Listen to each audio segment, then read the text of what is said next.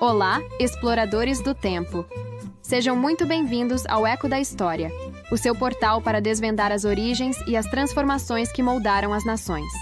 Hoje, embarcaremos em uma jornada épica por uma das terras mais ricas em história e cultura do mundo, a Itália. Mas você já parou para pensar como essa nação, que hoje conhecemos por sua arte, sua culinária e sua paixão, realmente surgiu? A história da Itália é um mosaico complexo de impérios, reinos, cidades-estado e lutas por independência.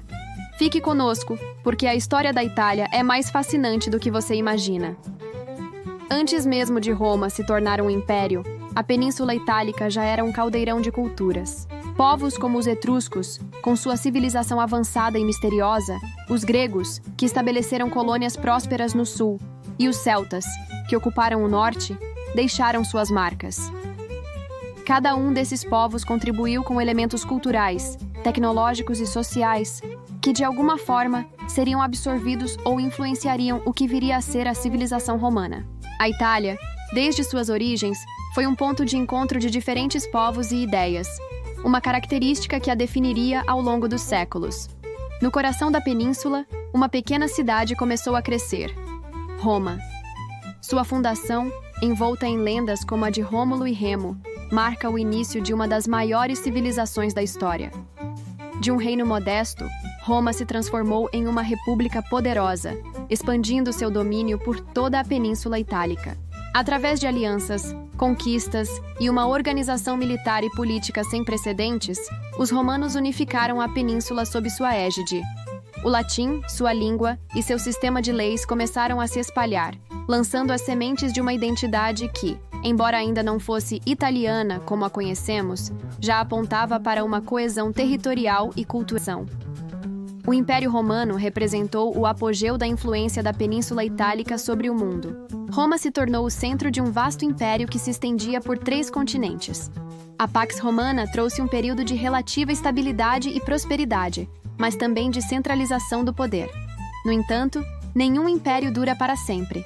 Crises internas, pressões econômicas e as chamadas invasões bárbaras levaram à fragmentação e, eventualmente, à queda do Império Romano do Ocidente, em 476 d.C. Essa data marca o fim da Antiguidade e o início de um novo capítulo para a Península Itálica.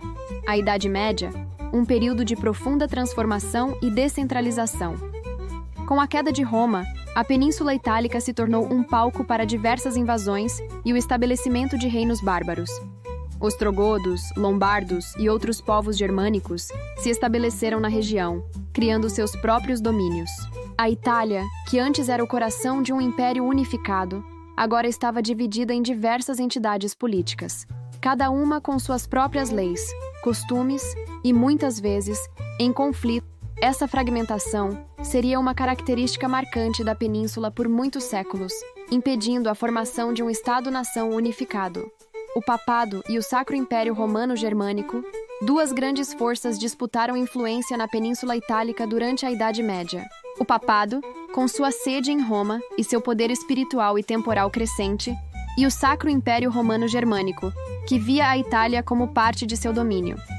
Essa disputa constante entre o poder papal e o imperial contribuiu ainda mais para a fragmentação da península. Cidades e regiões se alinhavam ora com um, ora com outro, buscando seus próprios interesses. Essa dinâmica de poder impediu a consolidação de uma autoridade central forte, que pudesse unificar a Itália. Apesar da fragmentação política, a Idade Média tardia e o início da Idade Moderna viram o florescimento de poderosas cidades-estado na Península Itálica. Veneza, Florença, Gênova, Milão e outras se tornaram centros de comércio, finanças e, acima de tudo, de cultura. Foi nesse contexto que nasceu o Renascimento, um período de efervescência artística, científica e intelectual sem precedentes. Artistas como Leonardo da Vinci e Michelangelo, e pensadores como Maquiavel, transformaram o mundo com suas obras e ideias. No entanto, essa riqueza cultural e econômica não se traduziu em unidade política. As cidades-estado, embora prósperas, estavam frequentemente em conflito, tornando a Itália um alvo fácil para potências estrangeiras. Nos séculos seguintes ao Renascimento, a Península Itálica se tornou um tabuleiro de xadrez para as grandes potências europeias. Espanha, França e Áustria disputavam o controle de seus territórios, mantendo a península dividida e sob domínio estrangeiro.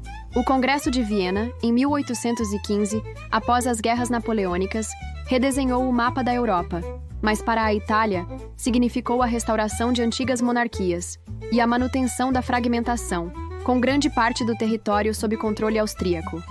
No entanto, a semente do nacionalismo já havia sido plantada, e o desejo por uma Itália unida começava a crescer. O século XIX testemunhou o surgimento do Risorgimento, o movimento pela unificação italiana.